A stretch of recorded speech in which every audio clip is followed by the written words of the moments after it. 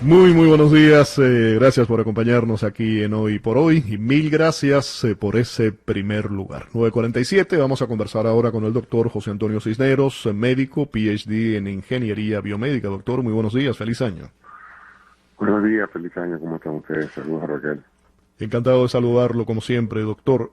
Leí una información esta mañana que me llamó mucho la atención que tiene que ver con la relación o correlación entre la pérdida del olfato y la gravedad o no gravedad del virus. Por ejemplo, decía este informe, me gustaría que nos explicara un poco qué significa esto, que la mayoría de las personas que tenían la nariz congestionada estaba relacionada con casos leves, o sea que afectaba poco a personas con infección moderada y daban una serie de números, hablaba por ejemplo de un 6.9% que afectaba a aquellos que tenían una infección de severa crítica. ¿Qué correlación hay en esto, doctor? Bueno, tú has usado un término muy preciso que es correlación. Correlación es cuando una cosa acontece simultáneamente con otro aspecto, ¿no? Ahora, eso no significa causación, o sea, causa-efecto. A veces muchos fenómenos se correlacionan, pero no tienen una cosa nada que ver con la otra, simplemente por coincidencia pasan. Todavía no está muy claro. Las personas que se complican son aquellas personas que desarrollan un cuadro autoinmune, es decir, su sistema inmunológico reacciona brutalmente contra el tejido pulmonar y no les permite oxigenar su sangre. La sintomatología, que es lo que tú te estás refiriendo, que es la parte de congestión nasal, la ausencia de sentido del olfato o del gusto, eso es más variable y yo creo que tiene más que ver con el sitio de entrada y el proceso inflamatorio a nivel de la vía respiratoria alta, que es lo que se llama la nariz y la garganta, ¿no? Pero realmente que eso sea un premonitor de la severidad del caso, no creo que es tanta. Para que tú veas, más es la correlación entre obesidad y severidad del cuadro del COVID. Interesante. Y doctor, el tema del olfato con el del gusto o el sabor, ¿hay también alguna relación o no? Bueno, es que eso es lógico porque si un proceso inflamatorio se desarrolla allí, en los tejidos, eso afecta precisamente los sensores que detectan químicamente los olores y los sabores. Si tú tienes inflamada la mucosa nasal y la faríngea, evidentemente los órganos de esos sentidos están precisamente en esos tejidos y al estar inflamados pues no funciona normalmente y por eso pierdes esa sensibilidad. Se habla, doctor, de que hay, para recuperar el olfato, se estima que esto pueda, en algunos casos, llegar hasta medio año, hasta 6 meses. Así es, pero no en todos los pacientes se da eso. Y lo que es más común es lo que llaman los long haulers, aquellas personas que mantienen una sintomatología aún después de haber pasado el COVID, es que tienen dolores musculares, cansancio, fatiga y bueno, se sienten mal en general. Ahora, es difícil saber en estos procesos qué tanto es real y qué tanto es en parte que las personas después de un proceso de este tipo quedan con una, digamos, asociación mental con relación a eso. Eso pasa en todos estos casos, la gente queda con síntomas que pueden a veces durar años y son difíciles de cuantificar porque no se pueden medir. Claro. Hay que tomar lo que dice el paciente como un hecho real, ¿no?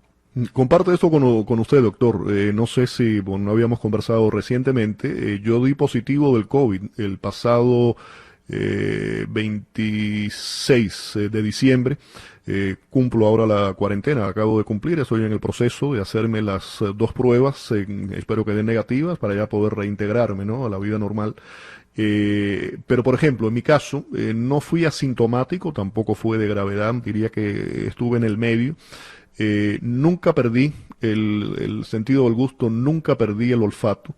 El virus al principio me atacó un poco más lo que tenía que ver con la oxigenación, sí me bajó un poco, nada de gravedad de que tuve que ser hospitalizado, pero después se concentró, por ejemplo, en el estómago. Y le comento eso por lo siguiente. Mi esposa, que cae en el mismo momento que caigo yo, o sea, en periodos muy similares, todos los síntomas de ellos eran totalmente diferentes. Ella sí perdió el olfato, ella sí perdió el sentido del gusto, nunca le afectó el estómago, a mí sí, nunca le bajó la oxigenación, siempre la tuvo en 98.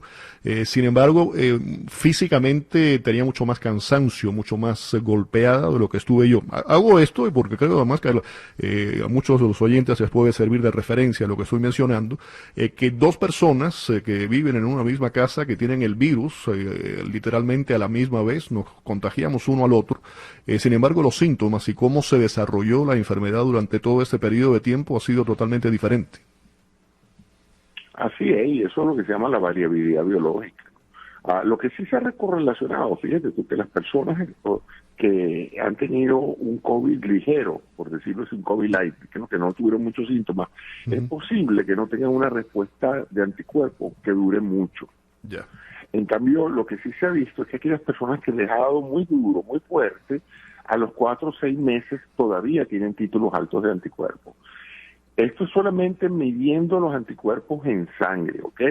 Esto no significa que ya eres susceptible de reinfectarte. Es una cosa diferente porque el cuerpo también conserva una cosa que llamamos memoria inmune. O sea, tu cuerpo, a pesar de que bajen el número de anticuerpos en sangre, puede en un momento dado reconstruirlos rápidamente si tú entras otra vez en contacto con el virus. Interesante. Le hago la pregunta, se la he hecho a varios científicos, doctores que han estado aquí en el programa y he tenido respuestas diferentes. Quiero saber la suya. En esa inmunidad que deja el COVID, ¿no? Las personas que se recuperan, ¿hay algún tipo de contraindicación para que, por ejemplo, yo de aquí a un par de semanas, una semana, me ponga la vacuna? No, ninguna. El sistema inmune tuyo lo que va a recibir es información adicional sobre, fíjate que es interesante lo que tú has dicho, ¿no? Tú has desarrollado, porque has entrado en contacto con el virus, has desarrollado anticuerpos contra la proteína que tiene la corona del virus, pero también has desarrollado anticuerpos contra las proteínas en el interior, contra el RNA del interior del virus. Es decir, tu sistema inmunológico ha reconocido el virus por dentro y por fuera, déjame ponértelo de esa manera. En cambio, la vacuna hasta donde tenemos entendido, porque todo eso, bueno, está bajo patente, etcétera, lo que hace es inducir una respuesta en las células que simula la producción de la vacuna de la corona, o sea, el lado fuera, de manera de que tu cuerpo inmediatamente que entre en contacto con el virus, identifique el virus por su proteína de enganche, que es la que le permite entrar a la célula.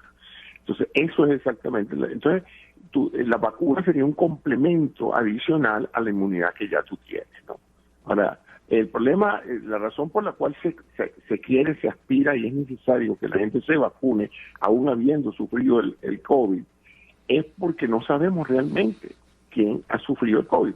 Algunos han sido positivos, pero algunos te han dicho, no, yo creo que a mí me dio el COVID, pasé por estos síntomas y tuve 2 semanas en cama, etcétera. Pero no sabemos en realidad. Entonces, para efectos de cobertura epidemiológica, es preferible llevar el conteo de cuánta gente se vacunó. Pues si vacunamos el 80% de la población, pues tenemos inmunidad de rebaño por vacunación.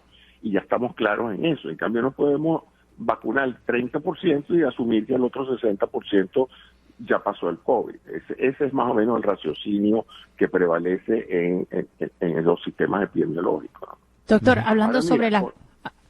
Bien rapidito, antes que se nos acabe el tiempo, hablando sobre las vacunas, te quería preguntar, una de las cosas que estamos viendo es que ahora las personas que trabajan en los hospitales están recibiendo la segunda dosis de la vacuna.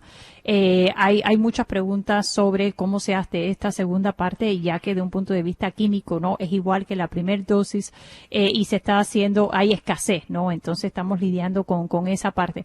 Pero han reportado muchos médicos y enfermeros que le han tomado que esta segunda dosis sí le dio una reacción un poco diferente. Algunos dicen que tienen cansancio y se está haciendo recomendaciones, ¿no? Que cuando se tomen esa dosis no vayan directamente a trabajar de la manera que lo hicieron con la primera.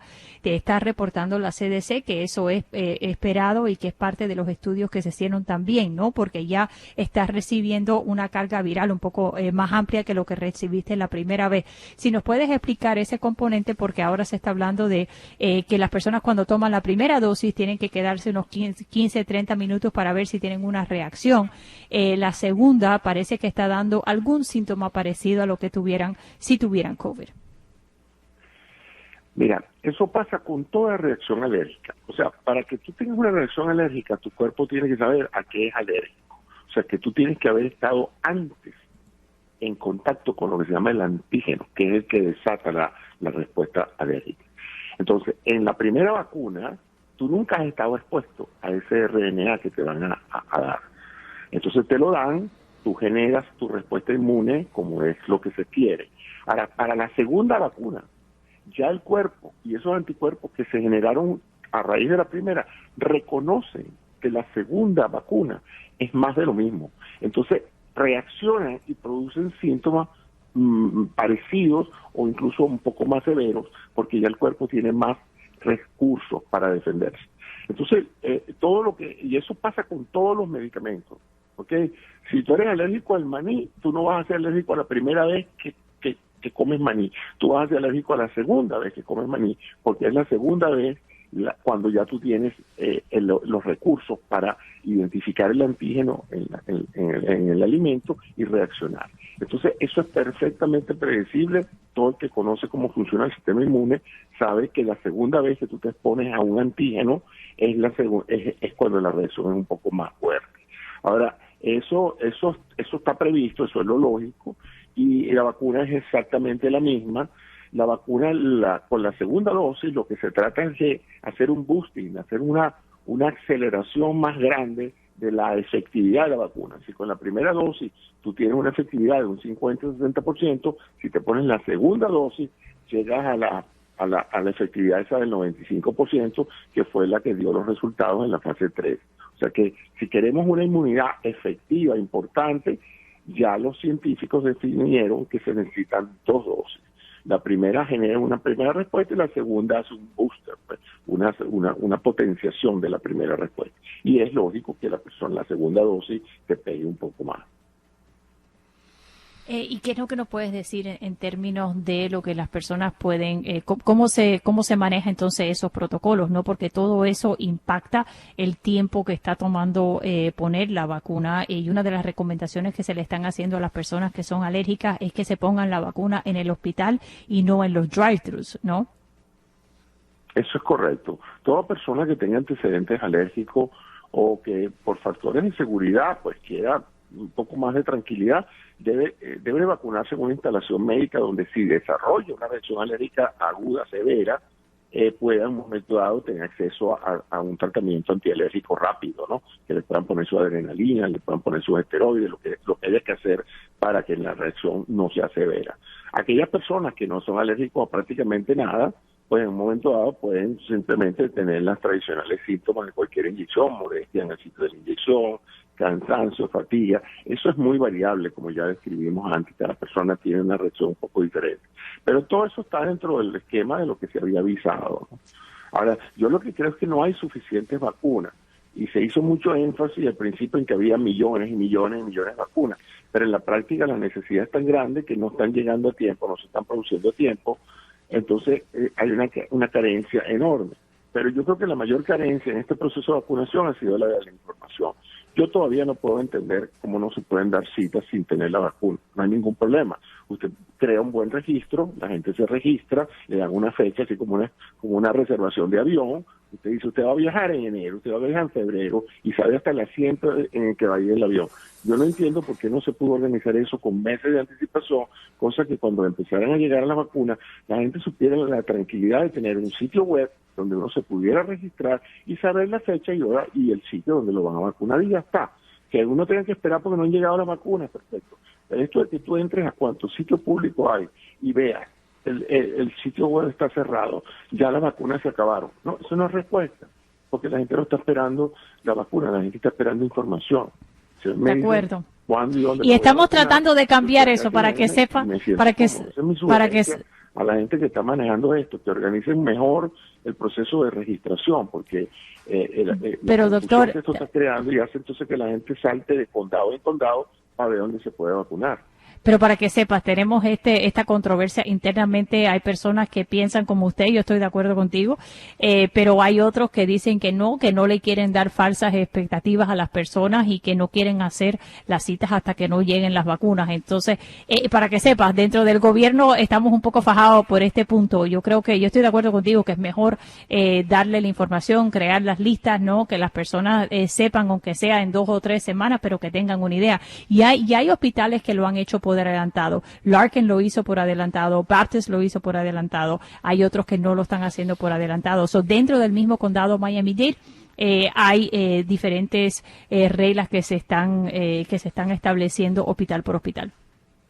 Esa es mi sugerencia, porque yo, por ejemplo, no me he podido vacunar y yo he ido de un lado a otro buscando información. Ni siquiera, yo sé que hay mucha demanda por la vacuna, pero es que no hay la información.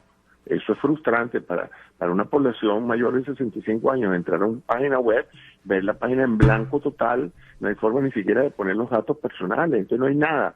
Entonces, y si es porque no vayan a cumplir, bueno, las líneas aéreas también cancelan los vuelos y le avisan a unos 24 horas que el vuelo no va a salir. O sea, yo no entiendo cuál es la gran limitación de registrar a la gente que necesita la vacuna para saber incluso hasta dónde están y cuál es la demanda real, porque hay mucha gente que no se quiere vacunar.